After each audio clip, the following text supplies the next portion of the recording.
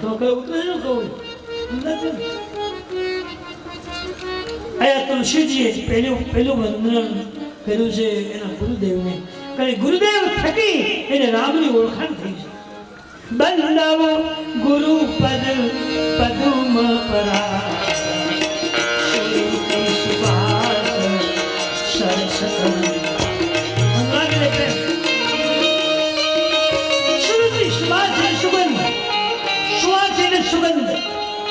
ભાષામાં સુબાસ એટલે એ સંસ્કૃત શબ્દ સુરતી સુબાસ. રુચિ એટલે મન, સુબાસ એટલે સુગંધ. આપણે કંઈક જતા હોઈએ અને કોઈ ઢોર કે કૂતરું મરી ગયેલું હોય અને એની બાજુમાંથી રસ્તો નીકળતો હોય અને બહુ દુર્ગંધ આવતી, તમે શું કરો? તમે પૂછું છું, તમે નાક બંધ કરી દો, ઊંઘતા વાગે મળ્યો હાલવા. શું કામ? આ દુર્ગંધ ગમતી નથી, એ તકલીફ કરે છે. જલ્દી તાળા ભાગે નાક બંધ કરી આગળ મળી આવ્યા. અને એક ફર્સ્ટ ક્લાસ સુગંધ સારી આવતી હોય તો ધીમે ધીમે હાલીએ અને ક્યાંથી સુગંધ આવે છે, હેની આવે છે, એ તમે તપાસ કરો. સારામાં નશામાં એટલો તફાવત છે. શું કરવું? સુરતી સુવાસ સરસ અનુરાગા. સારી વસ્તુ, સારી સુગંધ એ મનને એકદમ એકાગ્ર બનાવી દે છે, એક લક્ષ્ય બનાવી દે છે. સુરતી સુવાસ એ વાસ, એ સુગંધ લેવાથી આપણું મન એકાગ્ર ક્યાંથી આવે છે, શેની છે એની આપણે ખોજ કરીએ. સુરતી સુવાસ સરસ અનુરાગા. અમીય મોરી મય, બીજી તો ભાઈ અમીય મોરી મય ચૂર્ણ ચાલ. આ શરીર જે છે માયાવી છે અને માયાવી જીવને સારી વસ્તુ, સત્ય વસ્તુ સમજમાં આવતી નથી. જેનામાં અતિશય માયા હોય, બહુ કિંમતી કપડાં પહેરવાનો મોહ હોય, બહુ સોનું પહેરવાની જિજ્ઞાસા હોય, બહુ સારું ખાવાની ઈચ્છા હોય, સારી જગ્યાએ ફરવાની લાઈન હોય, ઈચ્છા હોય, એને ભગવાન પ્રત્યે પ્રેમ થતો નથી. તુલસી છે, હું શ્રુતિ સુવાસ સરસ એનામાં અનુરાગ જલ્દી પ્રસન્ન પ્રગટ થતો નથી. અનુરાગ એટલે પ્રેમ. જો પરમાત્મા માટેનો પ્રેમ થવો જોઈએ, એ પ્રેમ ક્યારે થાય? ભગવાનની તમારા પર કૃપા થાય અને અનુરાગનો જન્મ થાય. અનુરાગ એટલે લાગણી, પ્રેમ. જેવી રીતે નાનો દીકરા ઘરે દીકરો હોય એમાં આપણો કેમ પ્રેમ લાગે ને આપણે એ બોલીએ એને રાજી કરવા માટે, એમ એની કાલી ભાષામાં બોલીએ એમ ભગવાન પર પ્રેમ કરવો હોય ને તો એની સાથે એની જેવું બોલવું પડે, એની પાસે એવો પ્રેમ આપવો પડે. સુરત સુબાસ સરસ અનુરાગા. અમીય મોરી મય ચૂર્ણ ચાલ. માણસના શરીરમાં એક માયાવી રોગ લાગુ પડ્યો છે. બીજા રોગ હોય ને તો એની દવાથી રોગ કદાચ મટી પણ જાય, પણ આ માયાવી રોગ એવો છે કે એની કઈ દવા છે જ નહીં. અમીય મોરી મય ચૂર્ણ ચાલ. પહેલાના ચૂર્ણ એટલે દવા. પહેલાના કાળમાં આજથી 50-60 વર્ષ પહેલા આવ્યું નહીં. ત્યારે બાળક નાનું માંદું પડ્યું હોય, નાનું બાળક 2-5 મહિનાનું, અઠવાડિયામાં 15 મહિના 1.5 મહિનાનું, તો ડોશીમાઓ એ ઝાડના મૂળિયા કે લીમડાના પાન કમળિયા લાવી એને વાટી, એને ઝીણા એકદમ વાટી રસ કાઢીને બાળકને પાઈ દે. એ કહેવાય ચૂર્ણ. વનસ્પતિના મૂળિયા અથવા એના પાંદડાને જે બનાવી અને એનો રસ કાઢીને બનાવો એને ચૂર્ણ કહેવાય. ચૂર્ણ એટલે વાતું, ટીપવું. ખબર ન બોલો સમજે ને. લહણ હોય ને, લહણ, એ લહણ આજે શાકમાં કે વઘારમાં નાખવું હોય તો એ લહણને ફોડવું પડે. પહેલાં ખોલો છો ને, આખો કે ન આખો ગાંઠિયો નાખી દો તો એ કંઈ ખાવા જેવો ન રહે, પણ એમાંથી કળી કાઢવાની, પછી એના ફોતા ઉતારી નાખવાના અને પછી આમ સાફ કરીને પછી એને ટીચવાનું, પાણી મીઠું નાખી, પછી એ એક રસ થાય પછી આમ નાખો, બધું ભળી જાય, એનો સ્વાદ આવે. ઢેબરું બનાવો, શાક બનાવો, કોઈ વઘાર કરો, એમ ચૂર્ણ જે છે. પણ તુલસી કહે છે કે એ સ્વાદ ઠીક છે બરાબર, પણ સંસારી બી જે મોહ લાગ્યું ગયું એને કઈ દવા ખરી ના. માણસને મોહ લાગ્યો હોય કપડાનો, સોનાનો, સારી જગ્યાએ જવાનો, પિક્ચર જોવાનો, ટીવી જોવાનો, મોબાઈલ જોવાનો, સારું ખાવાનો, મોહ નકર હું કહ્યું મોહ મટી જાય. હા બરાબર, તમારી યુવાન અવસ્થા હોય 35-40 વર્ષ સુધીની ત્યાં સુધી જે ખાવો એ ખાવ, પણ 40 વર્ષ પછી બહુ સ્વાદિષ્ટ ભોજન ન ખવાય, બહુ તીખું ન ખવાય, બહુ ખારું ન ખવાય, બહુ ખાટું ન ખવાય, પછી શરીર કામ ન કરે. ખાવ એટલે તરત માદા પડે. તમને મજા આવે ખાવામાં, લાડુ હોય કે મોહનથાળ હોય કે બરફી હોય કે તમને જામો લઈ જાય આમ એકને બદલે 5-6 બટકા ખાઈ જાય, પણ હાલે ખાટલો ઢાળો હવે તાવ આવશો લાગે ખાધું તે કાંઈ ન. અમે મુનિમય ચૂર્ણ ચાલુ માણસના શરીરમાં મોહરૂપી રોગ લાગુ પડ્યો છે. એની દવા શું છે?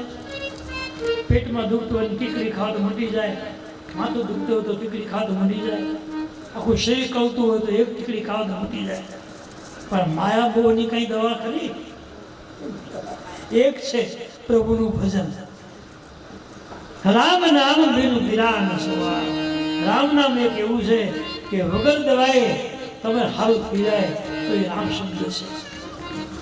અહીં તુલસીદાસજી લખ્યું છે કે અમય મરીમય ચૂર્ણ ચારો સકલ સુખ દુષ્પરિવારો.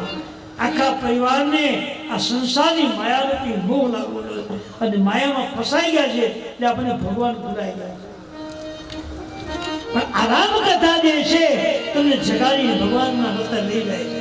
જવું હોય તો, ન જવું હોય તમે જે કરવું. પહેલી વંદના તુલસીદાસજીએ ગુરુદેવની કરી છે અને બીજી વંદના કરી છે બ્રાહ્મણોની. પ્રથમ બંદી મહીસુર ચરણા. બીજી વંદના તુલસીજીએ બ્રાહ્મણોની કરી. પેલી ગુરુદેવની કૃપાથી જીવ સંસાર સાગરમાં. ગુરુદેવ આપણને શું આપે? દવા કઈ આપે છે? રામ મંત્ર, કૃષ્ણ મંત્ર, વિષ્ણુ ભગવાનનો મંત્ર, મહાદેવજીનો મંત્ર, લક્ષ્મીનારાયણનો મંત્ર. બધા ભગવાન તો એક જ છે. રામ કહો, કૃષ્ણ કહો, શિવ કહો, બ્રહ્માજી કહો, બધું એકમાં. દેવતા દેવો બધા એક જ છે. શિવ ને પાર્વતીમાં બધા દેવતા, બધી દેવીઓ આવી ગયા.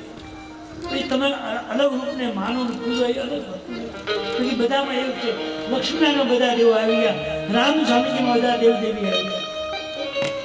પણ પછી આપણી મતિ પ્રમાણે આપણે અલગ અલગ મૂર્તિને માનવા મળ્યા અને પછી એ મૂર્તિ પર શ્રદ્ધા બેઠી અને આપણે પૂજન કરીએ, એને યાદ કરીએ અને ગુણાનુવાદ મળાય. તો અહીંયા તુલસીદાસજી બીજી ચોપાઈમાં કે ગુરુદેવની કૃપાથી રામજીની કૃપા થઈ અને રામ ગુણાનુવાદન તુલસીદાસજી લખવા હતા અને જાગૃતિ આવી. પણ બીજી વંદના એને કરી છે બ્રાહ્મણોની. પ્રથમ બંદી મહીસુર ચરણા. બીજી વંદના એને બ્રાહ્મણોની કરી. શું કામ? બ્રાહ્મણ જે છે પૃથ્વીનો જાગતો દેવ છે. ગીતાજીમાં મેં હમણાં 2 અઠવાડિયા પહેલા વાંચ્યું. ગીતાજીના 9મા શ્લોકમાં 9મા અધ્યાયમાં શ્લોક આવેલો. એમાં લખ્યું છે કે જાગતા ને જીવતા 2, 3, 4 દેવતાઓ છે. એક સૂર્ય ભગવાન, એક તુલસી અને એક બ્રાહ્મણ અને એક ગાય. આ જાગતા અને હરતા ફરતા દેવ છે. આ ગીતાજીમાં ભગવાન કૃષ્ણ અર્જુનને કહે કે અર્જુન, ભગવાનને ગોતવા જવાની જરૂર નથી. સવારમાં ઉગતા સૂર્ય પગે લાગો, બધા દેવો એમાં આવી ગયા. અને તમારે આંગણે કોઈ અજરણંદી પુરુષ બ્રાહ્મણ આવે, તમારા ઘરે ભગવાન આવી ગયા. અને ગાય માતા ભલે એનું રૂપ સારું ન હોય, ભલે એનું મોઢું ગંદુ હોય, તો એનામાં 33 કરોડ દેવનો વાસ છે. તે ગાયને પગે લાગો. તુલસી કરો એ જાગતા માતાજી છે. તમામ દેવીઓનો વાસ છે. એમાં 5 ટીપા પાણી, 5 ચમચી જળ, 1 લીટર જળ આપો, માં રાજી થઈ જશે. ક્યાંય જવાની આ 4 દેવ તો જાગતા કરજો. તમે તો કરતા જજો ને કે આટલા વર્ષથી હું કહું છું તમે તો બધું કરી જોવે ને.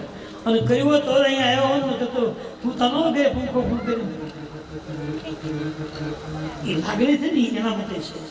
તમે કોશિશ કરી એનો બધું હશે. પ્રથમ મંદી મહેશ્વર ચરણમાં મોહ જલી. તુલસીદાસજીએ કલમ પકડી રાખી એ બ્રાહ્મણ દેવ મારી રામ કથા લખ્યું છે, એમાં તમારો આશીર્વાદ જોઈએ. તમારા આશીર્વાદ જો નહીં હોય તો મારી કથા નહીં લખે. મોહ જનિત સહી શબ શબ હરણ. બ્રાહ્મણોના ચરણમાં પગે લાગવાથી ખોટો મોહ આપણામાં જે લાગેલો છે એ મોહનો વિનાશ થઈ જાય. એવું તુલસીએ કહ્યું છે. મોહ લખેલી તો બીજી તો પણ લખ્યું છે મોહ જનિત સંશય જે શંકાઓ. મોહ જો મનમાંથી વયો જાય તો તમામ શંકાઓ દૂર અને હરિ પ્રત્યે પ્રેમ જાગે.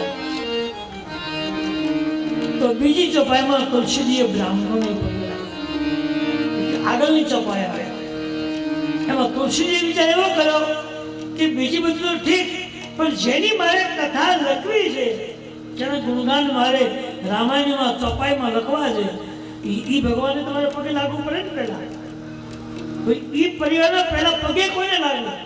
રામજીને લાગુ કે એના પિતાજીને લાગુ કે એની મમ્મીને લાગુ? કોને લાગુ? એની માતાજી. મમ્મી તો આપણે કરી નાખી, પણ તમે જલ્દી સમજાને એટલે મમ્મી શરૂ આવે. અત્યારે કોઈને માતામાં સમજ માતા જેવું છે. માતા તમે રોજ પગે ન લગાવવાનો. જો માતા તરીકેનો ભાવ હોય તો તમે પગે લાગો, તમારો હાથ ચૂકે છે. તમારા મમ્મીને પગે લાગો. જો પ્રત્યક્ષ હોય ને જીવતા તો એના પગમાં પડીને પગે લગાય, ન હોય તો માનસિક રીતે હાથ બંધ કરી એનું રૂપ જોઈને એને પગે લગાય. આ કરવા જેવું છે. આપણે કરવું પડે એવું છે. લાગો ને રોજ નહીં, તમે તો લાગતા જ હોય. આપણે તો કહેવું પડે, વાત આવે કહેવું પડે. કદાચ ભૂલ થતી વખત થઈ જાય. તો તુલસીજી વિચાર પહેલા હું કોને પગે લાગુ તો યોગ ગણાય. એને આંખ બંધ કરી સમાધિમાં જોયું, એને એમ લાગ્યું કે ખરેખર રામ બ્રહ્મ છે એ વાતો સાચી છે. આ બ્રહ્મના ગુણગાન બહાર લખવા છે, પણ એ બ્રહ્મને લાવ્યું કોણ પગે? પ્રયાસ કેવો છે? એ પ્રયાસ માં કૌશલ્યાદીએ આગળ અવતારમાં એવું કંઈક સત્સંગ કર્યું છે કે ભગવાનને દીકરો બનાવવાની એને માંગણી કરી હતી. અને એની સાધનાથી, એની માગણીથી સ્વયં ભગવાન રામ રૂપે અવતાર લીધો છે. એટલે પહેલી વંદના કરી જેને માં કૌશલ્યાની. જો કૌશલ્યાજી ન હોત તો દેશને રામચંદ્ર ભગવાનની પ્રાપ્તિ મળી. બંધવ કૌશલ્યાદિ શિકારી વિરતી જાસ સકલ જગમાં. શ્રી રામ જય રામ જય રામ.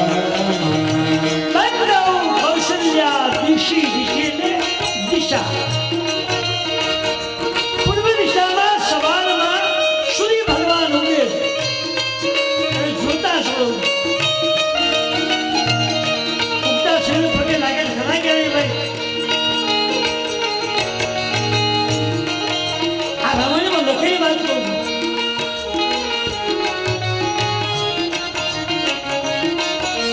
બંધવ કૌશલ્યા દિશા વિરતી જાસુ સકલ જગમાં. શ્રી રામ જય રામ જય રામ. દિશે ને દિશા ને પૂર્વે એટલે પૂર્વ. બંધવ કૌશલ્યા દિશી પ્રાચી. દિશી ને દિશા અને પૂર્વ દિશા. સવારમાં પૂર્વ દિશામાં સૂર્ય ભગવાન ઉગે. ઉગતો સૂર્ય કેવો હોય? એકદમ લાલ હોય. ધીમે ધીમે નલાશ જશે, સફેદ બની પડે. પછી એને સામે તમે જોઈ મળે. એ ઉગતા સૂર્યને પગે લાગવાની બહુ જ મહત્વતા છે. અને એનો જો કિરણ તમારી પર પડી ગયો એને દવાખાને જવું જ ન પડે. ઉગતા સૂર્યના કિરણો તમારા મોઢા પર, તમારા શરીર પર પડી ગયા તો તમારે દવાની બહુ જરૂર પડે નહીં. પણ આપણે જાગીએ ક્યારે? હારા 9 ત્યાં તો બધો ક્યાંય પગી ગયો હોય, તપી ગયો હોય, પછી આમ ન આવ્યું નહીં તો દવા લેવી ન પડે. જાગીને એને ફરી ઓમ એ સૂર્ય સહતા તો તેજી વાતે જગત વધે. અનુકંપાઈ મામ ભક્ત ગ્રહ દેવા. આ શ્રી ભગવાનનો મંત્ર છે. હે સૂર્ય ભગવાન, તમારા જેટલા કિરણો છે એ અમારા હૃદયમાં જ્ઞાનના દીવા પ્રગટાવી દો. ઉગતા સુધી લાગ્યો, નો રોગ આવે, નો તકલીફ આવે, નો કઈ દુખાવો થાય, લહેર લહેર. આ ચાય એવું થાય કે મને પગ દુખે, ટાંટિયા દુખે ને, કેળ દુખે ને, ટૂંકું દુખે ને, હાથ દુખે ને, ખોણી દુખે ને, ઓળ દુખે ને. આ શું છે? કર્મ નથી કર્યું એટલે દુખે જ નહીં. કરો નવું કર્યું, ઉગતા સુધી વાત ઉગ્યા પછી નહીં. બંધો કૌશલ્યા દિશી સાથી.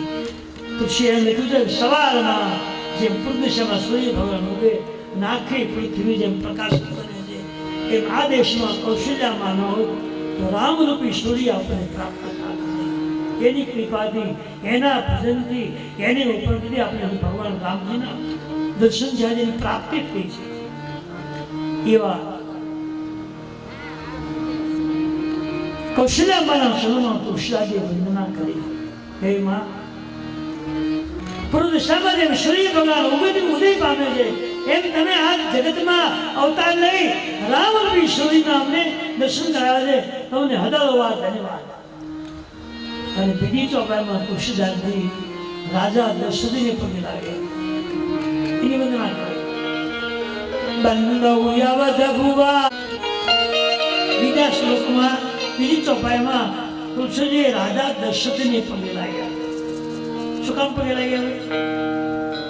ચક્રવર્તી રાજા છે એટલે, રામજીના પિતા છે એટલે નહીં. ચક્રવર્તી રાજા છે એટલે નહીં, રામજીના પિતા છે એટલે પણ નહીં. તો સત્ય પ્રેમ જય રામ પદ. રાજાનો રામજી પ્રત્યેનો સત્ય પ્રેમ હતો. રામને દીકરો બનાવી અને જીવન જીવ્યા. રામના વેગમાં પ્રાણ ત્યાગી દીધો. પ્રાણ કરતા તે રામ પ્રેમ છે, પ્રાણથી અધિક રામ પ્રેમ હોય.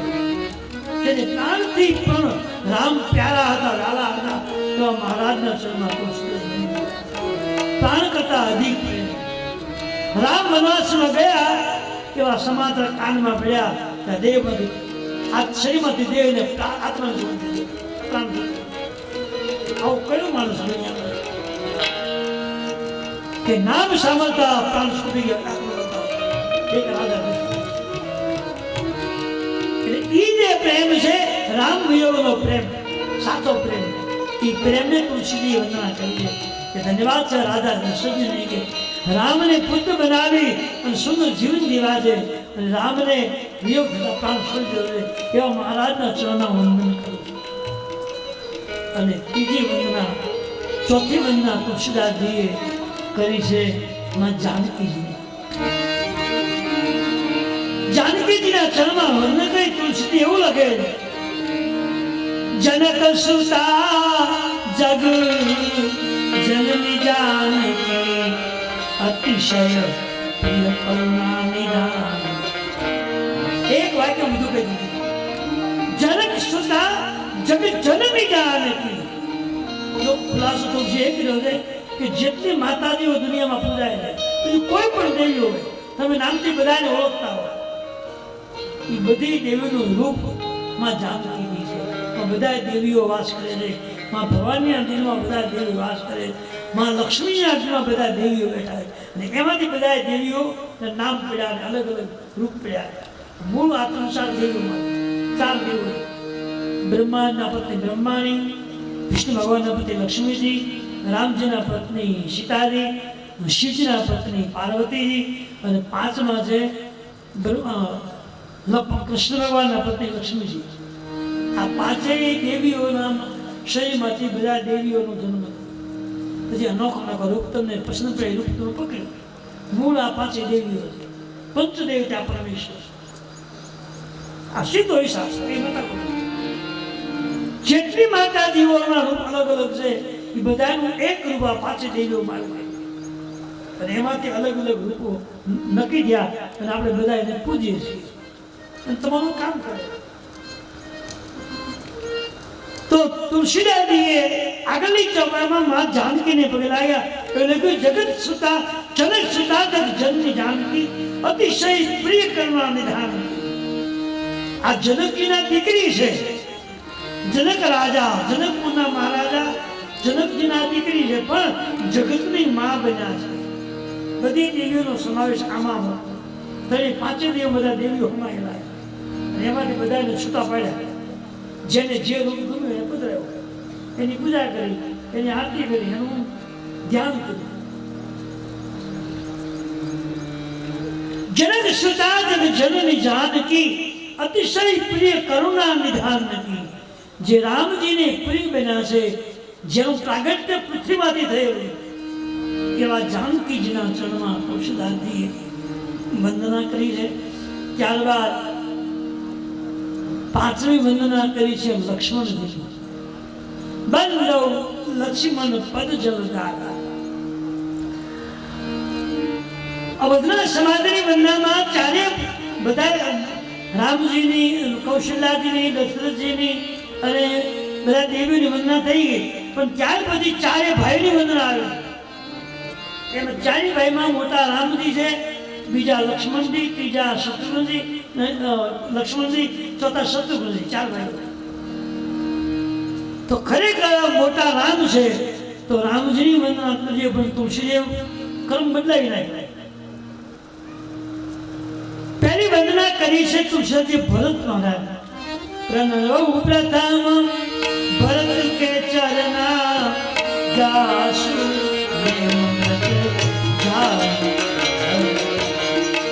શ્રી રામ જય રામ જય જય રામ. પ્રથમ ભરત કે ચરણા. ચારે ભાઈમાં પહેલી વંદના ગોસ્વામીજીએ ભરતની કરી. જે રામજી મોટા જે બ્રહ્મ છે એની કરી નહીં. એ મનમાં વિચાર પછી કામ કર્યું. શું કામ? રામ તો બ્રહ્મ છે, સાક્ષાત ઈશ્વર છે. એને કોઈને મેળવવા હોય તો શું કરવું? રામજીના દર્શન તમારે કરવા હોય, એની કૃપા તમારે મેળવી તો શું કરવાનું? જાસુ નૈમ વ્રત જાય. નિયમથી ભગવાનની ઉપાસના કરો, નિયમપૂર્વક. જો નિયમમાં ફેર પડી જાય તો ઉપાસના ફોકટ. નિયમપૂર્વક ઉપાસના કરવાની.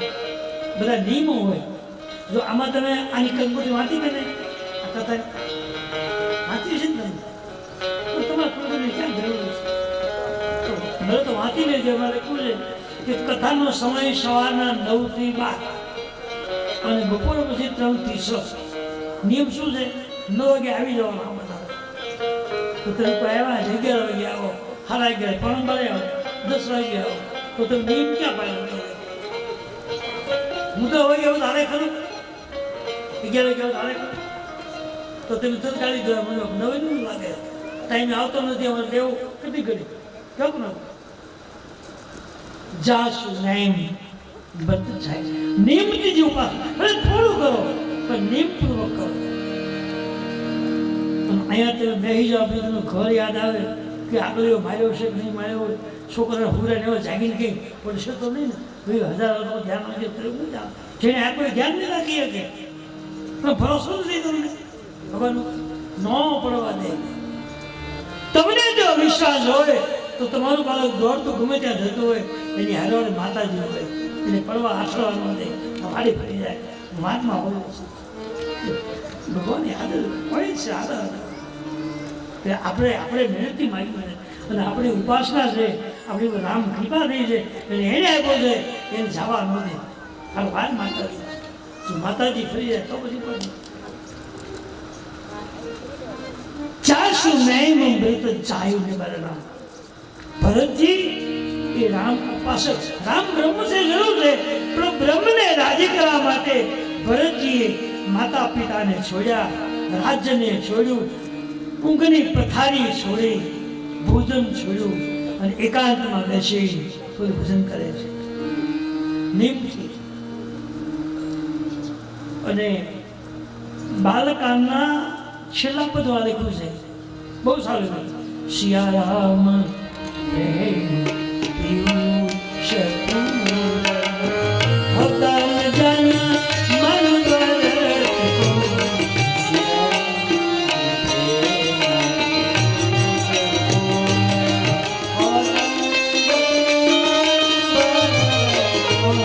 બાળકાના અંતિમ પ્રકરણની ગોસ્વામીજીએ લખ્યું છે કે આ દેશમાં જો ભક્ત મહારાજનો જન્મ ન થયો તો નિયમ શું કહેવાય, વ્રત કોને કહેવાય, સાધના કોને કહેવાય, ઉપાસના કોને કહેવાય, એ ખબર નથી. થઈ ગયા આપણે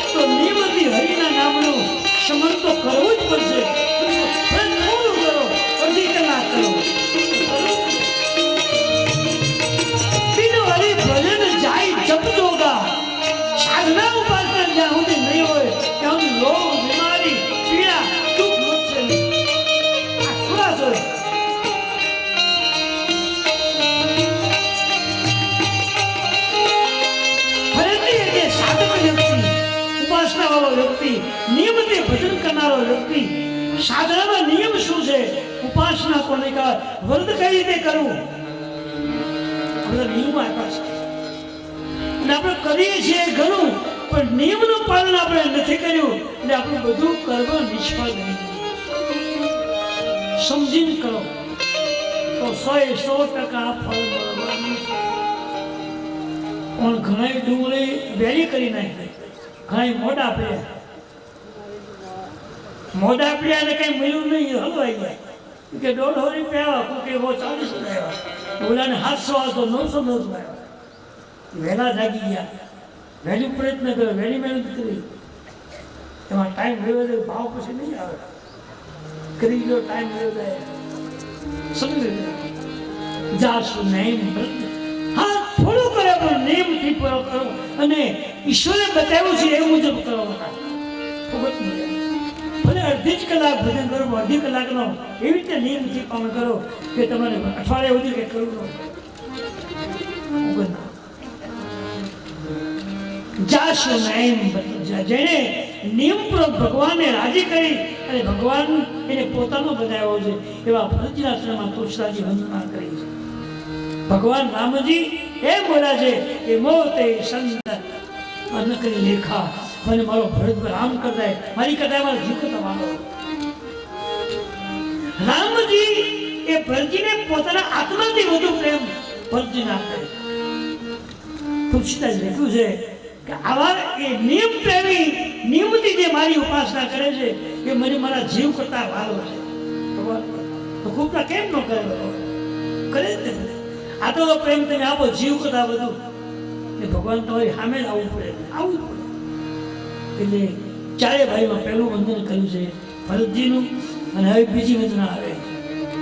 જાકે સુમીરન તેહી પુનાસા નામ શત્રુહન વેદ પ્રકાશ.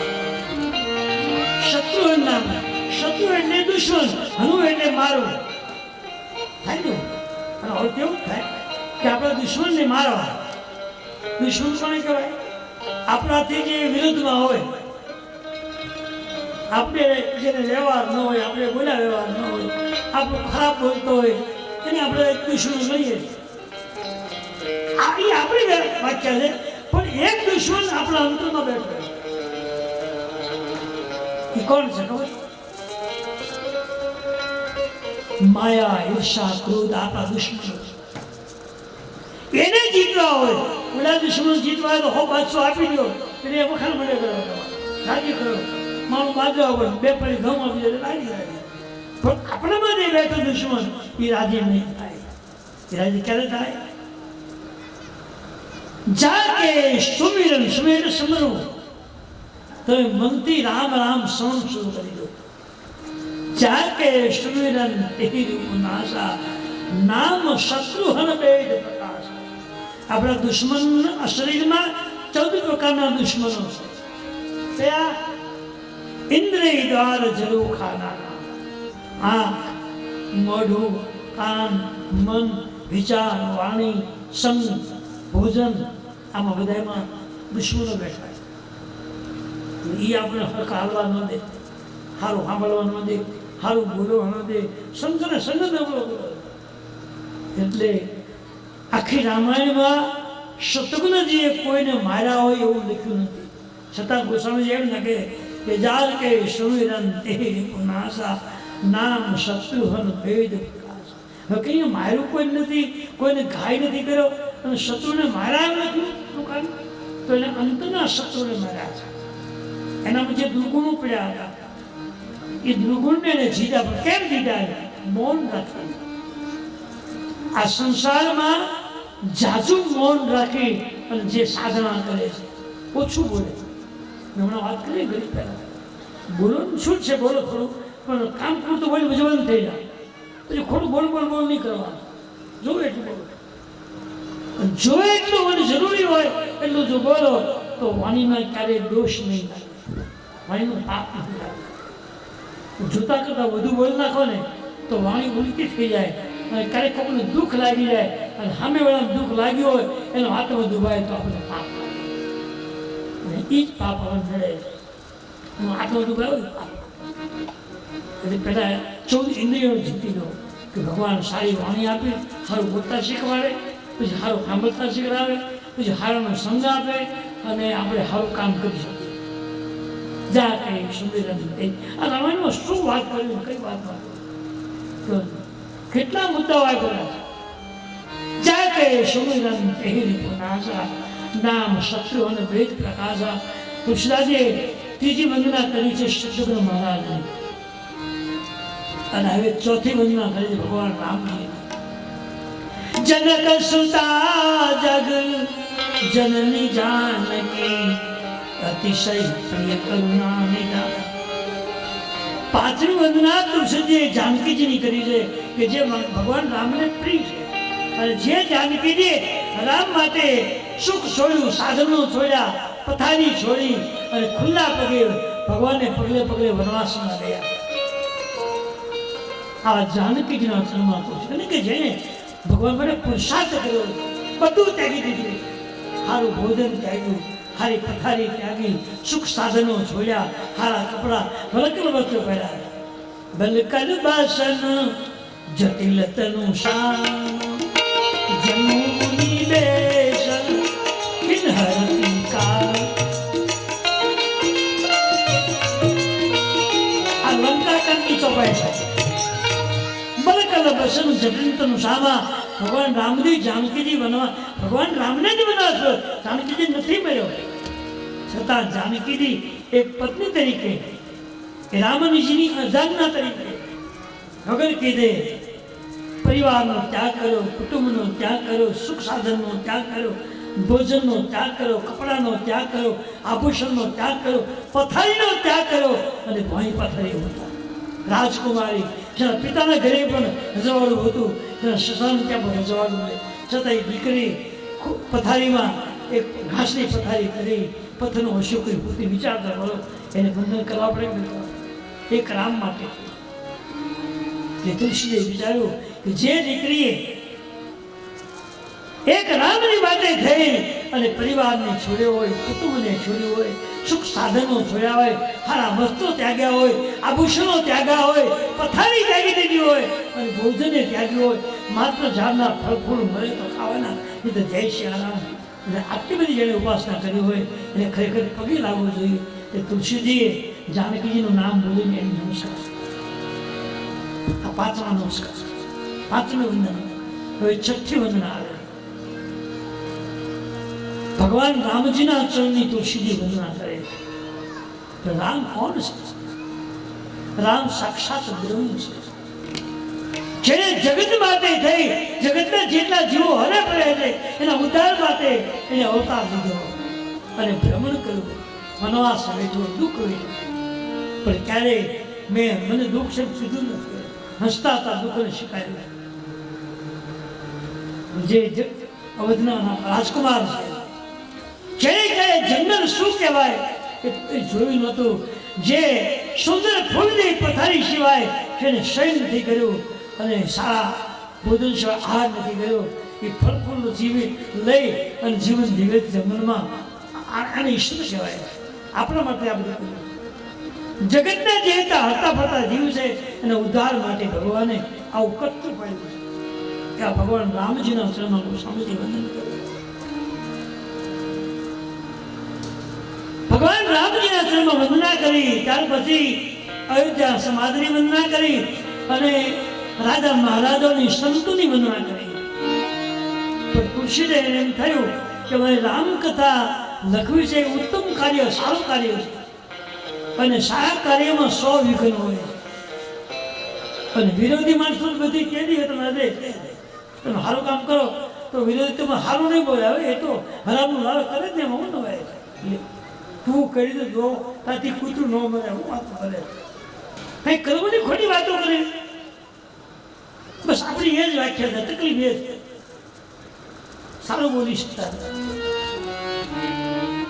ભગવાન રામજીના ચરણમાં તુલસીજીએ વંદના કરી છે અને બતાવ્યું છે કે આ જગતની અંદર જગતના કલ્યાણ માટે થઈને જગતના અંદર એક રામ રૂપે અવતાર લીધો છે, એક રાજકુમારને તે અવતાર લીધો, મનુષ્ય બન્યા છે. અને ઉત્તરકાળમાં એનો જવાબ આપ્યો, સબ મમ પ્રિય સબ મમ ઉપજા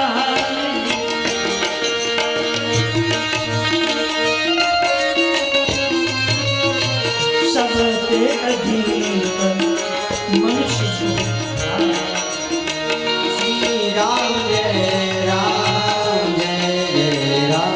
આપણા શાસ્ત્રોમાં 84 લાખ જન્મો છે, આપણા બધા માટે 84 લાખ, હજાર નહીં લાખો આપણે 84 લાખ યોનિઓ છે.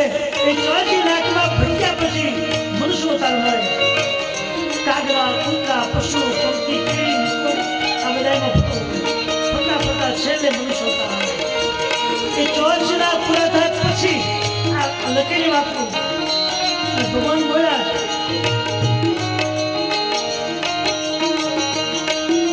સબ મમ પ્રિય સબ મમ ઉપજાય સબ તે મોહી. શ્રી રામ જય રામ જય જય રામ. ભગવાન એવું કહે છે કે વિશ્વનો બનાવનારો હું છું અને જેટલા જીવ હાલે ચાલે, કીડી, મકોડી, માણસ, હાથી, ઘોડા જેટલા હાલે છે એ બધા જીવ મારા બનાવ્યા, મારી ઈચ્છાથી એને અવતાર મેં બનાવ્યા.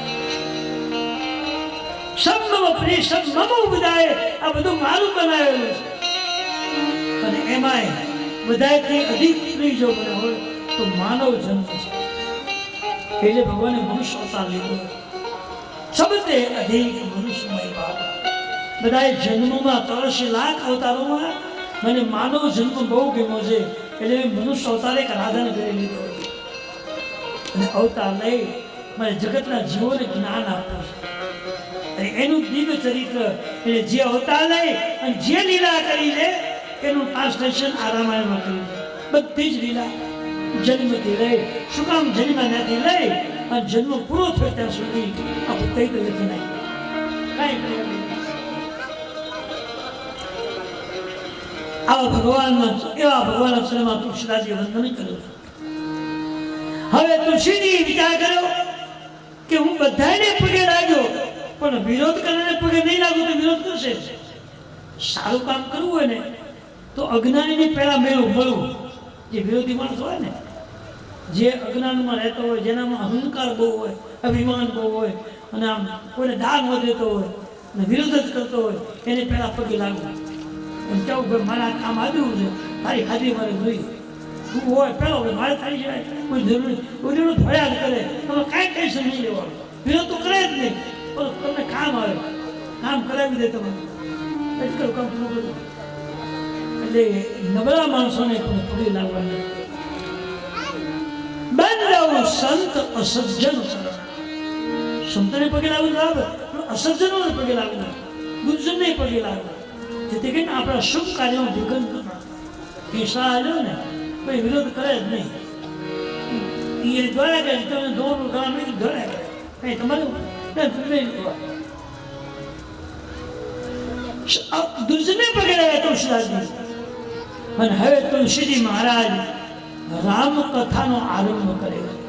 અત્યાર સુધીની જે ચર્ચાઓ થઈ ને એ તો કથાના મહાત્માની અને શા માટે ભગવાન આવ્યા છે, ભગવાનને કેમ લાવવા, ભગવાનની ઉપાસના કઈ રીતે કરવી, ક્યારે કરવી, કોના થકી કરવી, ક્યાં જવું ક્યાં ન જવું, એ બધી વ્યાખ્યાઓ સમજાવી. હવે મુખ્ય વાત જે ભગવાને અવતાર લીધો છે એ કથાનો આરંભ થઈ. આ કથા શરૂઆત ક્યાંથી થઈ?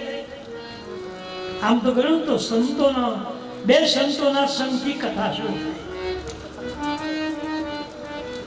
થાય. જગ્યા કઈ આપણે કથા ગોઠવી હોય આપણા ગામમાં તો જગ્યા પસંદ કઈ કરી? ખોડિયાર મંદિર. આ જગ્યા આપણી પસંદ કરી, આ સ્થળ આપણે નક્કી કર્યું. એમ તુલસીદાસજીએ રામકથા લખવા માટે સ્થળ નક્કી કર્યું. મારે કથા ગાવી કઈ જગ્યા પર, કઈ જગ્યાએ એવું લખવું, એ લખવાની જગ્યા નક્કી કરી, પછી એને ગાય એ જગ્યા લખી છે ક્યાં એને ખબર? ખબર નહીં હોય. ખબર આ કથા લખી છે તુલસીદાસજીએ અયોધ્યાની અંદર શરીરને કિનારે. કથા પૂરેપૂરી લખાઈ ગઈ પછી એ ચાલતા ચાલતા નીકળ્યા અને આ કથા ગવાની પ્રયાગ નીકળ્યા. બરદાર મુનિ બસંગી ગયા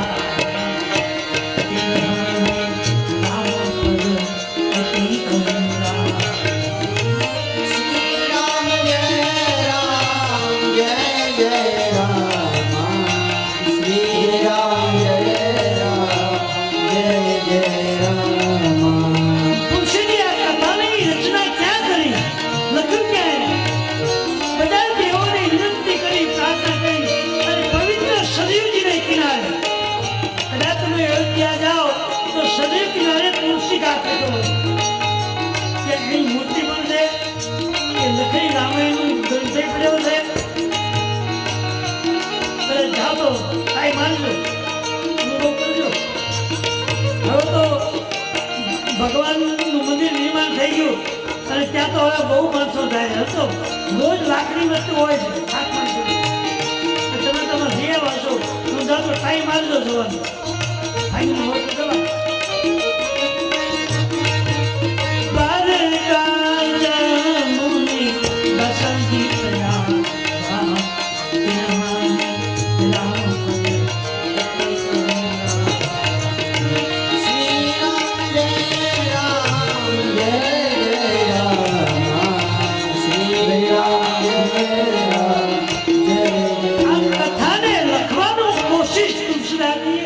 શરીરજીને કિનારે તુલસી ઘાટ પર બેસી અને શરીરના કાંઠા ભરા કથા લઈ.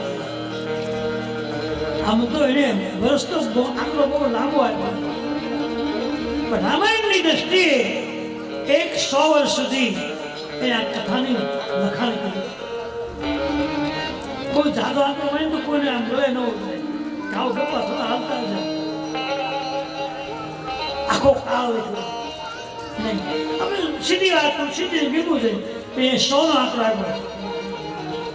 100 સાલ સુધી આ માણસ માત્ર ને માત્ર શરીરનું જળ પી અને શરીરને કિનારે તાંદૈયાની ભાદી થાય, ઉગે શરીર કિનારે તાંદૈયો ઉભો થાય. તમે જાત થયું અને કાગડા બહુ છે આપણે ત્યાં બે કરતા ત્યાં અહીં પેલા બહુ કાગડા બધા ઢોરને હેરાન કરતા અને આપણા પાસના બધા દોડ કાઢતા, બધા ભાગતા સાવ સાફ થઈ અને બધા ભરણા એવું શરીર કિનારે તમે જાઓ હો નાવા તો કાગડા તમે હાલવા માટે માથામાં તાતું મારી જાય. કઈ બિસ્કીટ આપો તો જાય, કઈ કાપો ખાવાનું ડાળે. આ પ્રયાગની અંદર બેસી તુલસીદાસજી આ કથાની ગાય. શરીરજીને કિનારે તુલસીદાસજીએ આ કથા લખી અને લખાઈ ગયા પછી ગોસ્વામીજી આ ગ્રંથને પગે લાગ્યા, પ્રદક્ષિણા કરે, રોજ સવાર જાગીને 11 વખત ફરવાનું. શું કામ? આમાં મારો રામ છે, આમાં મારી માં જાનકીની છે. આ રામાયણ નથી, સાક્ષાત રામ જાનકીનો ગ્રંથ. એ રોજ જાગી અને ઘણા ટાઈમ સુધી પ્રદક્ષિણા કરી. એ પરિપક્વ થયા પછી એ રામાયણને પોતાના માથા પર એટલે પછી એને લાગ્યું કે મેં લખ્યું છે કે કદાચ કોઈ વાંચવાનો ટાઈમ ન કરે, ન મળે અને કદાચ ન વાંચી શકે તો પેલું માથા અમને નીકળું અને ભૂલમાં કોઈ માથું ન માર્યું તો પગે લાગે ને બેડો પા. આમાં આવું લખ્યું, આવું મહત્વ છે આમાં. એટલે માથા પર લઈને સીધી નીકળ્યા, ડગલું ભરતા જાય, રામ રામ ગાતા જાય, ચાલતા ચાલતા જાય. એમાં નારદજીની મુલાકાત થઈ. સારું કર્મ જે કરે ને એને સંતની મુલાકાત થાય અને સંત મેળો પાર કરી દે. નારદજી મળ્યા તો નારદજી તુલસીની આંખમાંથી આંસુ ટપકા પડે, ટીપા પડે. સીતારામ સીતારામ બોલતા બધા પગલું કરે. નારદજી આને આપણી બહાર ઉભા કેમ તમે આટલું સુંદર રામાયણ લખ્યું અને તમારી આંખમાં આટલા બધા આંસુ પડે છે, એનું કારણ શું સમજાતું નથી. મહારાજ શું વાત કરું, આ કથા મેં જે લખી છે એ કોઈ મનુષ્ય ગાઈ શકે ને અથવા સાંભળી શકે તો મારું લખેલું સફળ થઈ જાય. કોઈ નહીં ગાય તો આનું ખાશે હું? આ લોકોને આવું છે ને ગા કરી દેશે. સમાજના લોકો પગે નહીં લાગે તો પછી એને ખોલશે નહીં, વાંચશે કરશે. હવે શું કરવું એની ચિંતામાં હું રડું છું અને મારી ઈચ્છા છે કે સમાજ સુધી આ કથા પહોંચવી જોઈએ. નારજી કીધું એક કામ કરો, જો સમાજ સુધી તમારે કથાને પહોંચાડી હોય તો એનો એક રસ્તો છે. શું? આ કથા ભગવાન મહાદેવજીને બહુ વાલી, બહુ પ્રિય છે. તુલસીજીએ લખ્યું છે રામાયણમાં કે શંકર ભગવાનનું મંદિર હોય અને મહાદેવજીની પાસે બેસીને ઘીનો દીવો કરી ને એક રામાયણનો પાઠ તમે જો કરો તો તમારું ધાર્યું કામ કરો ભાઈ 100% પૂર્ણ થઈ જાય. આખી કથાનો પાર કરવો પડે, ધ્યાન કરવો, એનું પરિણામ 100% મળે. મેં તો ઘણા અનુભવ કર્યા છે અને હમણાંથી 2-3 અનુભવ કર્યો. બેડો પાર થઈ જ જાય, એમાં જીતી જ જાય, હારે એમની કોઈ દાડો. તમને વિશ્વાસ કરજો, આ વિશ્વાસનું કામ. હા બોલો મહારાજ શું કરવાનું? તો નારજી કીધું આ શિવજી બહુ વાલી છે તો શિવજીના ચરણમાં જઈ અને કથા સોંપી દો, આપી દો, અર્પણ કરી દો, તમારું કામ સફળ. એક સંતના કહેવાથી તુલસીજી એ રામાને લઈ જે અયોધ્યાથી ચાલતા ચાલતા કાશીમાં આવ્યા. ત્યાં કાશી ત્યાં અયોધ્યા કેટલો ટાઈમ લાગ્યો છે? આપણે અહીંથી ઘરે જવું તો મોટરસાઇકલ લઈને આ ભાઈ ભલા એ નહીં હાલીને ગયા કર્યા અને ચાલીને જાય ને યાત્રા કહેવાય. હાલીને જાય ને યાત્રા કહેવાય, પરિક્રમા કહેવાય. જુનાગઢની પરિક્રમા કરવા જાય, કોઈ ચિત્તપુરની પરિક્રમા કરે, કોઈ ગોવર્ધનની પરિક્રમા કરે, ગોકુળ ઉતરવામાં ફટાફટ ફરીને પરિક્રમા કહેવાય, યાત્રા કહેવાય. તમે પગેથી હાલીને ભગવાનના મંડપ સુધી આવો તો આ તમારી યાત્રા થઈ. હાલાની યાત્રા કરી હરિના ગુણગાન સાંભળતી હાલીના ગયા એ ભગવાન તમારું ધ્યાન રાખે કે હાલતો આવ્યો છે ને એની પીડા થોડી ઓછી કરી નાખે. કાલે પાછું બીજી વાર આવે, બીજે દી આવે એમથી ઓછી કરે. એમ અઠવાડિયું આવે તો પીડા વળી જાય. પણ શ્રદ્ધાથી આવો ને તો નહીં તો બહુ વાર નહીં જવાય. મેઇન વસ્તુ શ્રદ્ધા. તુલસીદાસજી કીધું છે નારદજી ત્યાંથી નીકળ્યા અને કાશી વિશ્વનાથના મંદિરમાં આવે. મંદિરમાં જઈને રામાયણ માથા પર જઈ અને હાથ જોડીને આંખો બંધ કરી પગે લાગ્યા. હે પ્રભુ, મારી પર જે રામજીની અને સંતોની કૃપા થઈ છે એ બધા દેવી દેવતાઓની કૃપા થઈ છે. એ કૃપાથી મેં જે કાંઈ લખ્યું છે એ લખેલો ગ્રંથ તમને આજે આપવા આવ્યો છે, તમે સ્વીકારી લો. સાદર શિવની નાઈ અવમા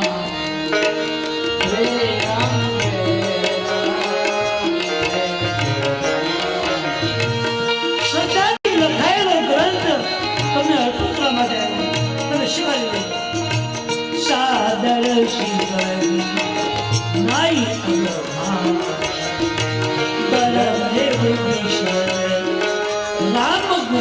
આમાં કેવળ રામ ગુણગાન લખ્યા છે, બીજું કાંઈ નથી, માત્ર રામ ગુણગાન.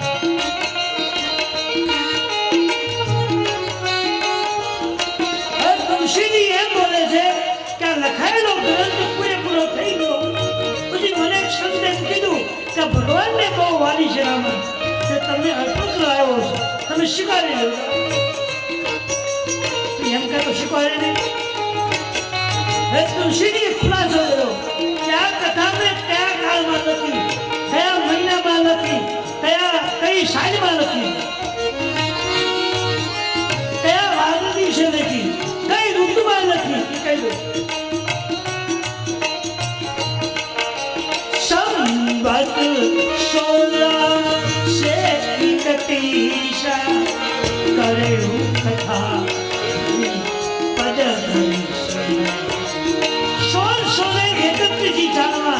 તુલસીદાસજી કે શરીરને કિનારે બેસી આ કથા લખી છે, શરૂઆત કરી.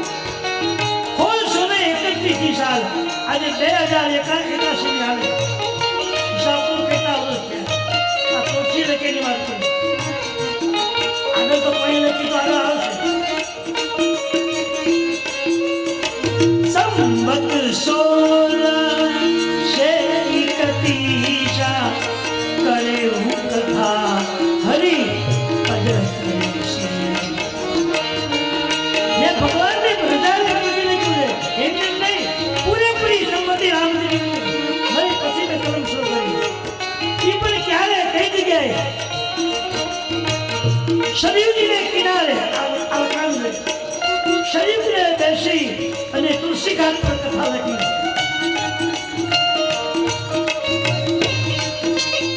નવમી ભૌમ બાર મધુમાસા અવધપુરી ચરિત ચૈત્ર મહિનો નવમી તિથિ મંગળવાર બપોરે 12 વાગે 15 ભગવાનનો જન્મ સમય હતો. ત્યાં કલમથી મેં લખવાની શરૂઆત કરી.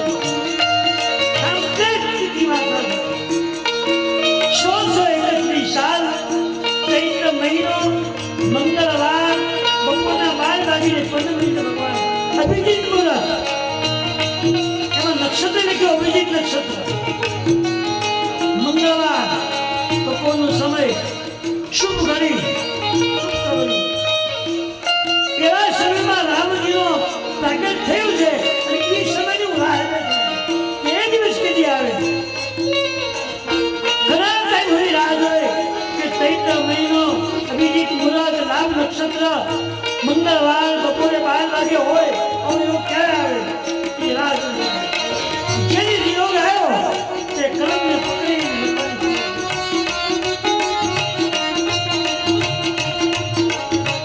સંવત 1631 કરે હું કથા હરી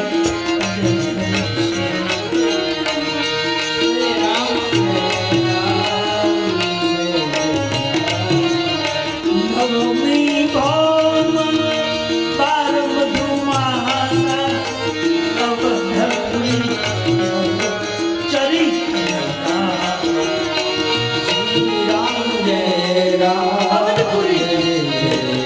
અવધપુરીની અંદર શરીરને કિનારે સરસ્વતી મેં રામ કથા લખવામાં 100 વર્ષે કથા પૂરી થઈ. કે લખેલો ગ્રંથ મને લેવું. હે ભગવાન, તમે હાથો ગ્રંથમાં દાન રચી મહેશમ માનસ રાતા એવું સમય આજે મને સમય મળ્યો છે તો તમને આપવા માટે આ તો લઈ લો તો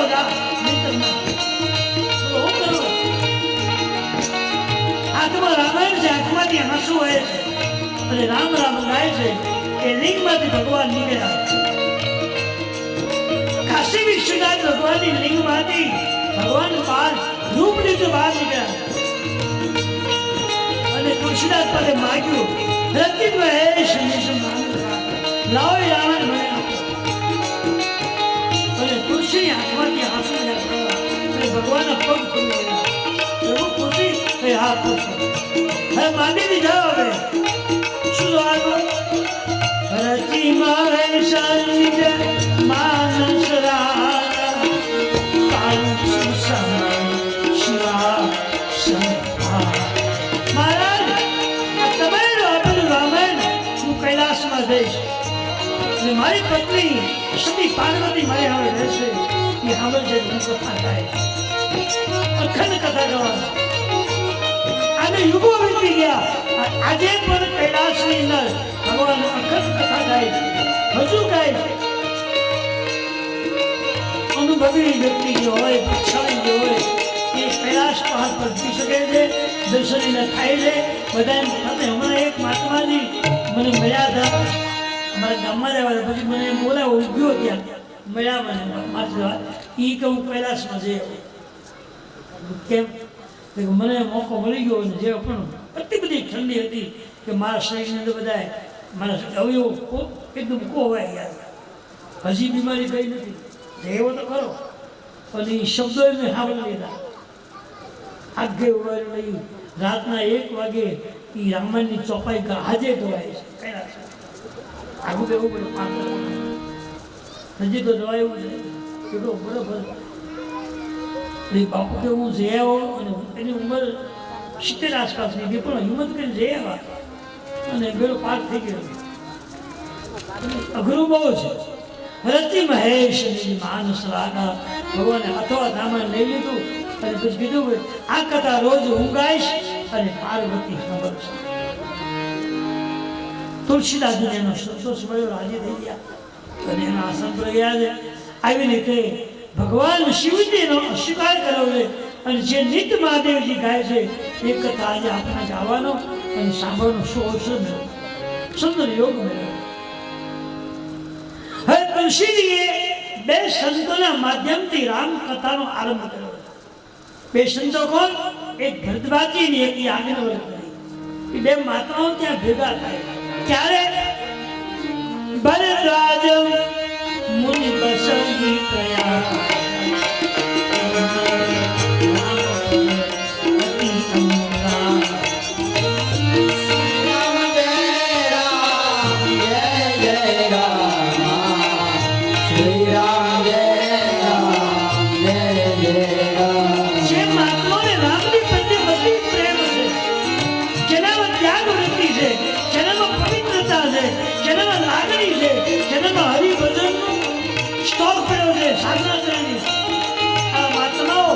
મહાત્માઓ એક કુંભ મેળામાં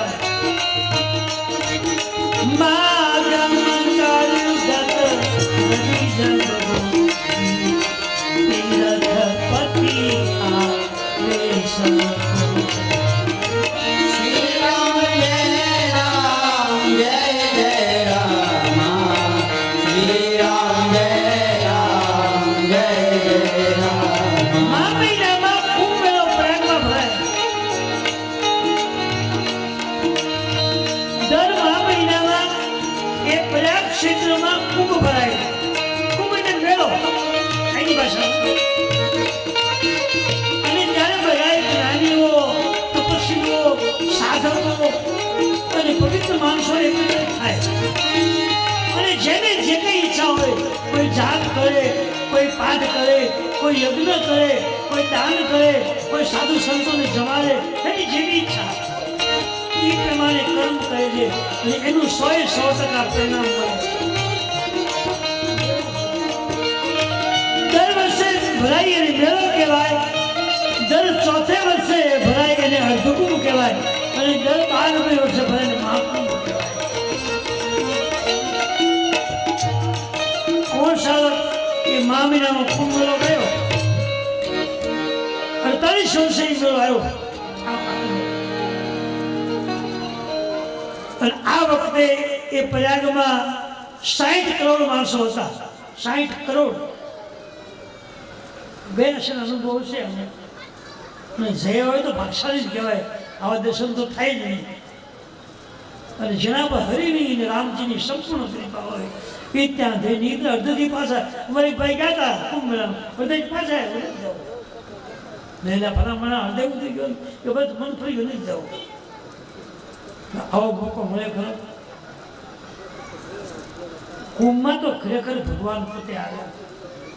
એમાં લખ્યું છે કુંભમાં જ્યારે જે નક્ષત્ર હોય, જે રાશિઓ હોય એ મુજબ અમુક મહિનાનો ટાઈમ હોય. મહિનાનો, અડધા મહિનાનો, 22-25 અમુક ટાઈમ નક્કી થાય અને એ ટાઈમમાં મેળો ભરાય ત્યારે ખુદ ભગવાન આવે. પોતે ભગવાન, બધા દેવતાઓ, બ્રહ્મા, વિષ્ણુ, મહેશ, રાધા કૃષ્ણ, રામ, જાનકી બધાને આવું પડે અને બધા અલગ અલગ રૂપમાં આવે. તમને કોઈ પૈસાનો લોભ આપીને તમને પૈસા આપવા આવે, કોઈ તમને પાણી જમાડવાનો આગ્રહ કરીને જમાડે. આ ભગવાનનો જે અમી લેજો, તમને ખબર નહોતું કહી દઉં, બીજા કોઈ ન હોય, પોતે ભગવાન આવે. કુંભનો લાભ લેવા ભગવાનને આપણું રૂપ લેવું પડે. ભાક્ષાઈને આ પ્રસાદીમાં બધા ન આપે. તો હું તો કુંભમાં ઘણી વાર રહ્યો. મેં એકવાર કુંભમાં કથાએ કરી છે. મારા માટે તો એવો પ્રશ્ન છે જ નહીં. હું તો ભગવાને બધું કામ રાખું. આ કુંભની તો શું વાત કરી? જે ગયા છે એને ખબર છે શું કુંભ કહેવાય. ખુદ ભગવાન ગયા છે. ભગવાન આવે છે. ભરદ્વાજ મુનિ બસઈ પ્રયાગ. ભરદ્વાજ નામના એક સંત એ પ્રયાગની બાજુમાં 10 કિલોમીટર એનો આશ્રમ છે. ભરદ્વાજ મુનિના આશ્રમ તો અયોધ્યાથી ચિત્તકૂટ અમે હાલતા ગયા હતા. મારી સાથે 900 માણસો હાલવા. વડોદરાના બધા પ્રજાપતિ સમાજ, નડિયાદ, અમદાવાદ અને એની બધી વ્યવસ્થા, ક્યાં ક્યાં રાત રોકાવું, ક્યાં બપોરે રહેવું, એ બધી સુવિધાઓ બધી હતી. કોઈ જગ્યાઓ નક્કી કરી, કોઈ મહેલ. અમારા ભાઈ તબલસીમાં ભેગા હતા તે દિવસે 28 દિવસે પગ્યા ત્યાં હારીનો. અને જ્યાં બપોર થાય ત્યાં બધા રસોઈ બનાવે. એ ટેમ્પો જુદો, તપેલા ઠામડા જુદા, રસોઈ અલગ. એ આગળ પગી જાય 2 કલાક બધું ફટાફટ બનાવીને રસોઈ ત્યાં કરી નાખે. હાજે ઊંચો ત્યાં પછી તૈયાર જગ્યા સાફ સુફ કરી નાખે. કાં કોઈ જગ્યા નક્કી, સ્કૂલ, કોઈ મંદિર, કોઈ જગ્યા હોય ત્યાં એમ બધા દિવસના મુકામ નક્કી કરી નાખેલા.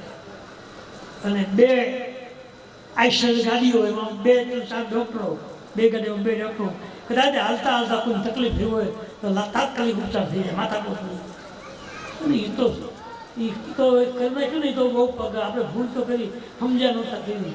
આપણે ફરવા કેમ બન્યું, યાત્રામાં કેમ મગજ ન બગડે. થોડુંક આમ તો કર્યું પણ પૂરેપૂરું નહીં, તો થોડુંક બાકી રહી ગયું. કારણ કે આ માણસની છે ને એને આ બધી મુજબ કરવાનું બહુ હોય. આમ થશે તેમ થશે એમાં ત્યાં પૂરું. તો ભરદ્વાજી નામના સંત એ પ્રયાગની બાજુમાં 10 કિલોમીટર એક પહાડમાં નદીને કિનારે એનો આશ્રમ છે. અમે ત્યાં રાત રોકાય. ભરદ્વાજીને જોવાતો છે કે એ તો ઘણા એકાળ એ ગયા પણ આશ્રમ છે અને ત્યાં સંતોનું મિલન આજે થાય. આ મેળો ભરાય છે પ્રયાગમાં, જ્યાં 3 નદી ભેગી થાય છે. ગંગાજી, યમુનાજી, સરસ્વતી 3 નદીનું મિલન છે.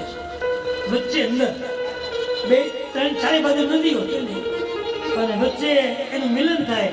ત્યાં મોટી જગ્યા છે અને એ પાણીમાં બધા મેળા બનાવેલા, લાકડા વાંસના બધા મેળા. મેળા ઉપરથી તમે વિધિ કરાય. બ્રાહ્મણો ત્યાં હોય, મેળા ઉપર બે હોય, આમ ખલાવાળા હોય. ખુલ્લો પગ ગયો ને તો ફસાઈ જાય. ધ્યાન રાખીને હાલવાનું. તો ઘાસ નાખેલું હોય અને બધા જે હોળકામ બેસીને જાય એ ત્યાં એને વિધિ કરાવે. કોઈના પિતૃ રાજી કરાવે, વિધિ કરાવે, કોઈ શ્રાદ્ધ કરાવે, કોઈ પિંડદાન કરાવે, કોઈ કંઈ કરાવે. થાય. આ પ્રયાગને પવિત્ર ગણવામાં આવ્યો છે. અને પ્રયાગ છે એ તીર્થનો રાજા છે, બધાનો માલિક પ્રયાગ. જેટલા તીર્થો છે ને, અયોધ્યા, કાશી, ગોકુળ, મથુરા, વૃંદાવન, આ બધા તીર્થોનો માલિક રાજા હોય તો પ્રયાગ છે. પ્રયાગમાં દર વર્ષે નાનો મેળો, દર 4થે વર્ષે અર્ધકુંભ અને 12મે વર્ષે મહાકુંભ થાય છે. એમ બધા સંતો અને મહાકુંભ જ્યારે હોય તો 33 કરોડ દેવોનું ત્યાં આવવાનું થાય છે. બધા દેવતાઓ મનુષ્ય રૂપે આવે અને નકર તમે વિચાર કરો કે આપણા 5-10 હજાર માણસ કે 2-5 હજાર માણસો હોય તોય પોગી ન હોય કે પાણીમાં કે રસોઈમાં, ચા પાણીમાં, તો 60 કરોડ માણસને પોગવું એ સામાન્ય વસ્તુ છે. વિચાર કરો, 60 કરોડ માણસો હતા. એ કુંભની અંદર જ્યારે વચ્ચેનો ભાગ આવ્યો ત્યારે મોટી પેટી 60 કરોડની વસ્તી, તો એને પાણી એ પૂરું ન પડે ને હુવડાવાય ક્યાં? વિચારતો બોલો. આખો ભાવનગર જિલ્લો ભરાઈ જાય તોય ઘટે જગ્યા ઓછી પડે, તો એમાં ક્યાં કેમ કરવું છે? આ કરી કોણ? આ ભગવાન પોતે કરે છે. માણસ રૂપમાં આવી બધાને જમાડવાનું કામ. અને આ 60 કરોડમાં કોઈ એમ ન કે હું ભૂખ્યો રહ્યો, કે મને હોવાનું ન મળ્યું, કે મને પથારી ન મળી. વિચાર કરવા કોણે કર્યું છે? આ જ ભગવાન કરે છે. આના વિશે હવે ખબર પડી તમને કેમ છે? ગયા છે બધું જોયું છે ને, ખબર પડી ગઈ. હા, ભગવાન છે. 100% હૃદયાપક ભગવાન છે. હૃદયાપક સર્વત્ર સમાન પ્રેમ હોય. શ્રી રામ જય રામ જય ભગવાન પોતે જ હોય છે, પણ આપણે ઓળખી નથી. એનું આપેલું ખાઈ લઈએ છીએ, એનું આપેલું લઈ લઈએ છીએ. હમણાં એક ભાઈ મારે કહેતા એક બાપુ આવ્યા, એ સાંજના સિક્કા વેચતા હતા. મેં મોટી મોટી લઈ લીધા, તો ફાવી ગયું. હવે ચાંદીના સિક્કા વેચવા માટે નીકળ્યા હોય, એ સાધુ ફળા હોય, એ ભગવાન પોતે જ હોય. વાલા તું ભગવાન મને પગ પકડી લેવાય. એ કે મને એવી ખબર નહોતી જવા નહોતું. એ તો આદો છે. ભગવાન આવે ત્યારે ઓળખવાની શક્તિ આપવામાં ત્યારે ઓળખાય. તમારી પાસે ઉપાસના હોય, તમારી પાસે સાધના હોય, પવિત્ર તમારું જીવન હોય, તો તમે હારે જોતા ઓળખી જાઓ. લોચન ચાતક જીન કરી રાખે યુદ્ધ કરની આ સમય છે. મને કીધે લોચન કહેતા આંખ, જેની આંખમાં વિકાર ન હોય, જેની આંખમાં ઈર્ષા ન હોય, જેની આંખમાં કોઈ પ્રત્યેનો દેશભાવ ન હોય, એને પ્રભુ દર્શન થાય.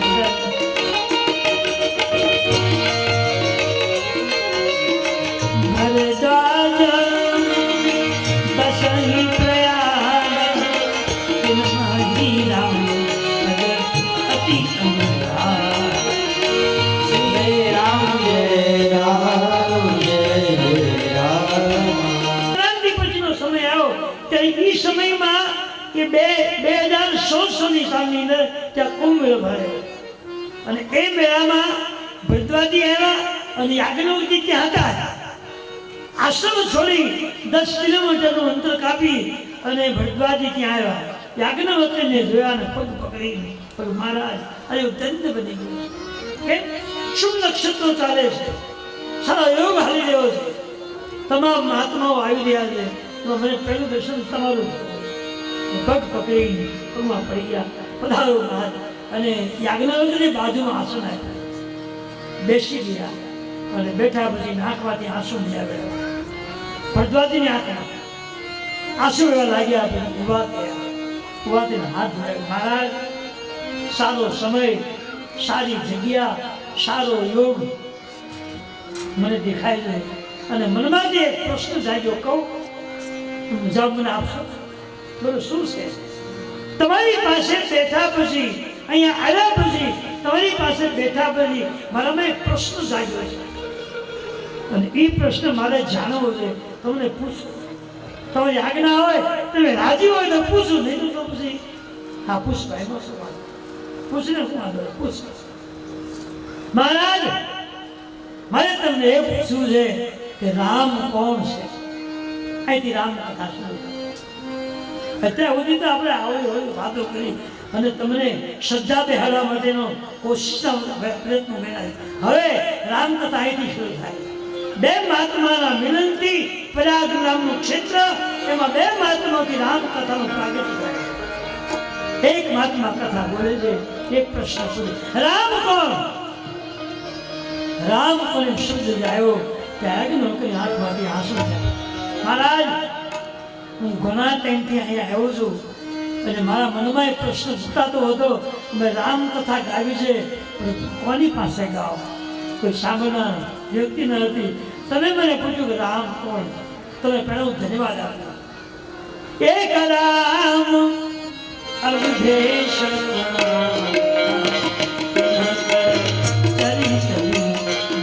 સંસાર.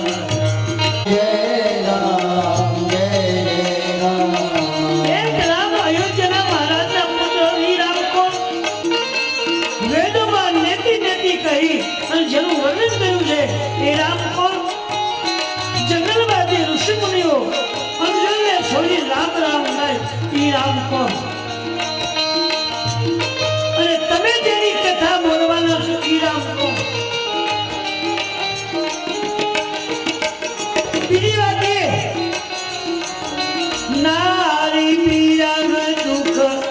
કહે મુજ પારા ભય રોષ રામ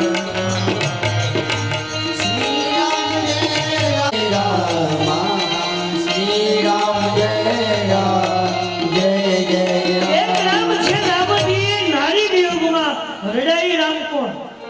જો રામ બ્રહ્મ હોય તો પત્ની વિયોગમાં રડે નહીં, એ રડાઈ રામ કોણ? જે જંગલમાં રહ્યા મારી પત્નીને કોઈ લઈ ગયું, મારી પત્ની લઈ ગયું, એ રડાઈ રામ કોણ? અને લંકામાં જઈ અને જેને રાવણને માર્યો એ રામ કોણ? રામ જો બ્રહ્મ હોય તો એને ભગવાનને મારવા ત્યાં જવું ન પડે, ત્યાં બેઠા બેઠા બાજી શકે. તો આ રામ કોણ અને સત્ય રામ કોણ છે એ મને સમજાવો. યાજ્ઞવલ્ક્યજીની આંખમાંથી આંસુ મળ્યા. બોલે મહારાજ આજે હું ધન્યવાદી બન્યો કે આશ્રયમાં એક કથાને બોલવી હતી પણ સાંભળનાર કોઈ પાત્ર નહોતું. હવે તમે જ કીધું કે રામ કોણ. આજે મને બહુ આનંદ આવ્યો.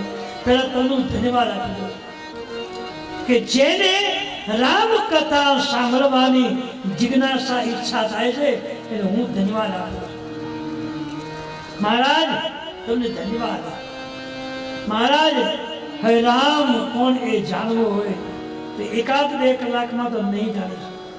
તો જો રામ તત્વને જાણવું હોય તો 9 દિવસ સુધી એક આસન પર બેસી અને કાં તો રામાયણનો પાઠ કરવો પડશે અને કાં તો રામ કથા કોઈ ગાતું હોય ત્યાં બેસી અને એ કથાને સાંભળવી પડે ધ્યાનપૂર્વક. કંઈ ખાતા ખાતા નહીં, કાંઈ પીતા પીતા નહીં, આમ નામ નીકળ્યું છે.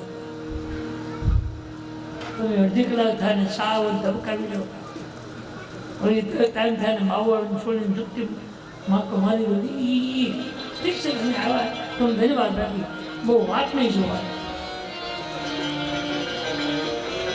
માણસને એક ઈશ્વર તત્વને જાણવા માટે સાવધાન થવું પડે. હમણાં કથા આવશે સાવધાન સુનો રાજકુમાર, સાવધાન બનો. હે રામ કોઈ જાણવું હોય તો આખી રામ કથાને સાંભળવી પડશે. અને સાંભળવું બહુ હાવ એમ નથી, એવું નથી. હવે માનવો નાખ્યો ને પુરાણી વાંચતો હોય જેમ કહી લો વાત પૂરી. પણ એ પુરાણને સમજાવવાની કોઈ શક્તિ જ ન હોય, એ પોતે જ ન સમજે તો તમને કેમ સમજાવી શકે? એને જ કાંઈ ન મળ્યું તમને કેમ અપાવી શકે? બીજી વાત, રામ કથાને જાણવા માટે પેલા રામમય બનવું પડે છે, રામાકાર બનવું પડે છે. આવા રોમ રોમમાં રામ સ્થાપિત થઈ જવા જોઈએ. વૃંદાવનમાં જ્યારે ઉદ્ધવજી ગયા ભગવાનને મળવા માટે, તે કોઈને પૂછ્યું કે ભાઈ વૃંદાવનમાં હું જાઉં અને કૃષ્ણ હરવ્યાપક છે એની સાબિતી શું? એક સંતે કીધું કે મહારાજ કૃષ્ણ હરવ્યાપક છે, સાબિત તમારે કરવું તો કઈ જાણવું તો પડશે. જાઓ થતો નથી આટલા ફોકટ ન થાય. તે સંતે એવું કીધું એક કામ કરજે, કોઈ પણ ઝાડનું પાંદડું તોડી અને એ પાંદડું કાનમાં રાખી દે, રાધે કૃષ્ણ વાર આવે તો માનો આ કૃષ્ણ છે. સંતને ગયા ન હોય તો ગયા અને ગોકુળ મથુરામાં જઈ અને પૃથ્વીમાં ભર્યા ત્યારે એમ લાગ્યું કે લોકો રોવે જ કેમ, મારો કૃષ્ણ મારો પિતૃ રડે, રાધા કૃષ્ણ મારો કૃષ્ણ મારો કનૈયો કનૈયો રડે. છતાં એને મેં કે આપણે ગાંડા પાગલ થઈ ગયા કેમ આમ ગાંડાની જેમ રડે. પછી એને યાદ આવ્યું કે મેં સંતને કીધું હતું કે ઝાડનું પાંદડું તોડી દે અને કાને લાગી દે તો ઝાડમાંથી રાધે ગોવિંદ રાધે અને એ જ્યારે પાંદડું તોડ્યું અને કાનમાં રાખ્યું તો રાધે ગોવિંદ બધું રાધે એકમાંથી આવે. હવે ભગવાન હરિવ્યાપક છે. જનતે તન જગ જીવ દને. ભગવાન જળમાં છે, ચેતનમાં છે, પશુમાં છે, પક્ષીમાં, હરિવ્યાપક ઈશ્વર છે. એને ઓળખો અઘરો બહુ છે. છતાંય તમારી ઉપાસના હોય, તમારી સાધના હોય, તમારું ભજન હોય તો તમારી સામે આવે છે. તમને હોકારો આપશે અને પૂછે બોલ ભાઈ શું તકલીફ છે? પૂછશે એ શું છે? સાધુ રૂપમાં આવે, કોઈ એકદમ નાના રૂપમાં આવે તો એ કે બધા નાના નથી આવે, સાધુ રૂપ ભગવાન સ્વરૂપ એવું બહુ છે. એટલે યાજ્ઞવલ્ક્યજી ભરદ્વાજને કહે છે મહારાજ રામ કથા સાંભળવી તે બહુ સહેલી છે પણ સમજવી અતિ કઠિન છે. કેમ? આવું ઘૂંઘરું લગાડ્યું હોય, મંડપ નાખ્યો હોય, પથ્થરના પાછા હોય, બેસી જાઓ તો સાંભળવામાં કાંઈ વાંધો નહીં, 3 કલાક ભટકે હોય. પણ 3 કલાકમાં સમજવું કરવું સમજાય ક્યારે? હરિની બહુ જ્યારે આપણી બધી કૃપા થાય, હરિનો બહુ પ્રેમ થાય. જા પર કૃપા રામ કી હોઈ, તા પર કૃપા હરે શ્રી રામ જય રામ જય જય રામ. એકથી વધુ જીવ આપણને પ્રેમ આપતો હોય, લાગણી આપતો હોય, તો એ રામ કૃપા છે. તમારામાં કોઈ ઈશ્વર અંશ છે, ઈશ્વર અંશ એક જીવ અવિનાશી ચેતન અમર સદ સુખરાશ. એક સેજ કણી આ સત્સંગનો એક મુદ્દો આપણા હૃદયમાં બેસી ગયો હોય તો આપણે ક્યાંય ફટકવું નહીં પડે. તમને કોઈ મહાપુરુષનો સંગ કરાવશે, કર્યું હશે તો. એટલે રામને સાંભળવા તે હેલા છે પણ એને સમજવા બહુ કઠિન છે. એના માટે સજાગ થવું પડે, જાગૃત થવું પડે છે. તો યાજ્ઞવલ્ક્યજી ભરદ્વાજજી મહારાજને રામ કોને સમજાવવાની કોશિશ કરે છે અને સમજાવશે એ કથા રાઈટ. 3 વાગે આપણે કહીશું કે તમે થાકી જાઓ ને, ભૂખ લાગી ને, ભૂખ લાગે એટલે તમે જો હજી હું ન ઊભો થયો હોય તો બધા ભાગવા મળે, પોતાના મળે ખાવા. એટલે ભાઈ આખી જિંદગી ખાધું તો તૃપ્તિ ન થઈ.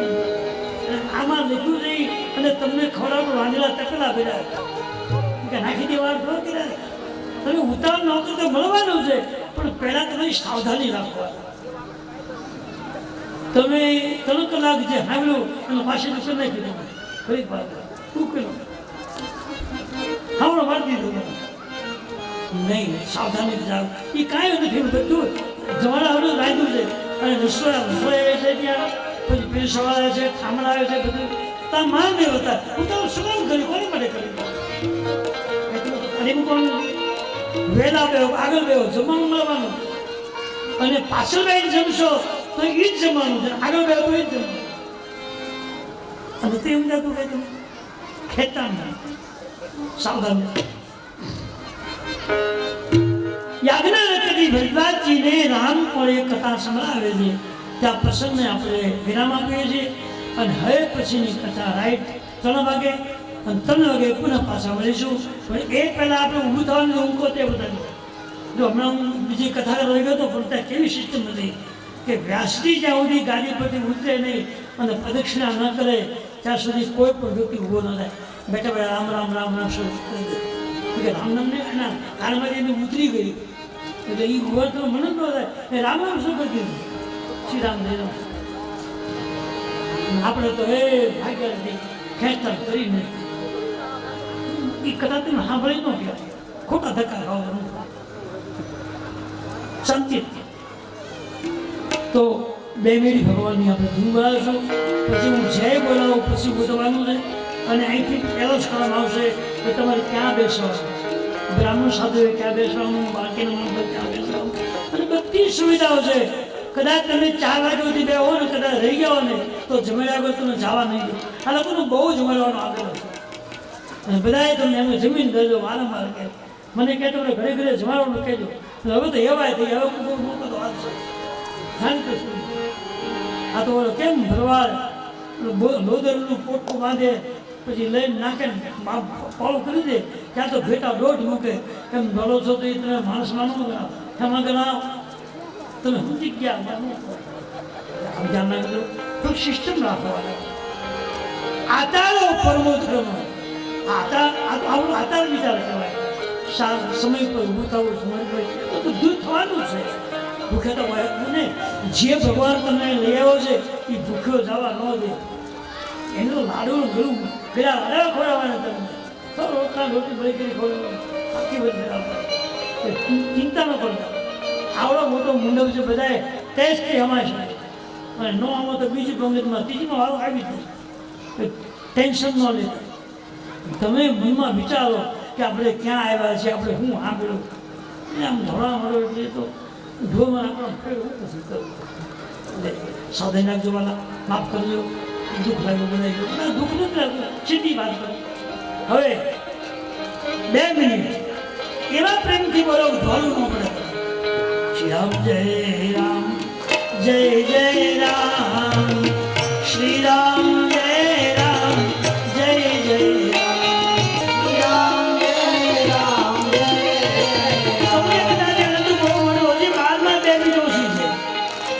આપણો ટાઈમ 12 વાગ્યાનો છે બરાબર તો કદાચ હવા 12 વાગે તો વાંધો નહીં એમાં કંઈ તમને થાય તો હું બેઠો ચિંતા બિલકુલ નહીં કરું કાંઈ જ નહીં ગાઓ પ્રેમ મનમોહન ગાઓ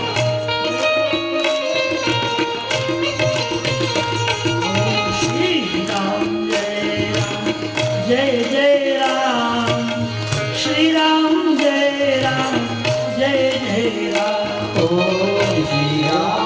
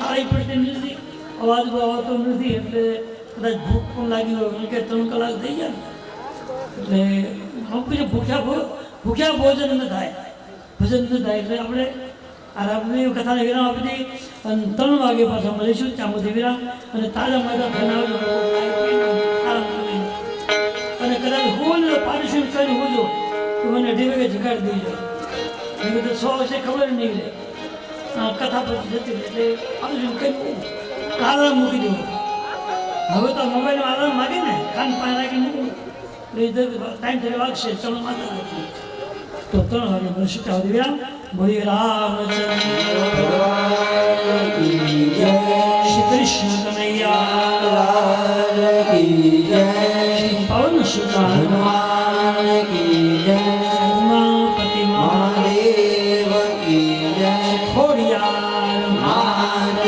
કી જય ધાવડી માત કી જય બ્રહ્માણી માત કી જય નારેશ્વર મહાદેવ કી જય કિશાન બાબુની જય જગન્નાથ મહાદેવ કી જય ઓમ નમઃ પાર્વતી પદે હર હર મહાદેવ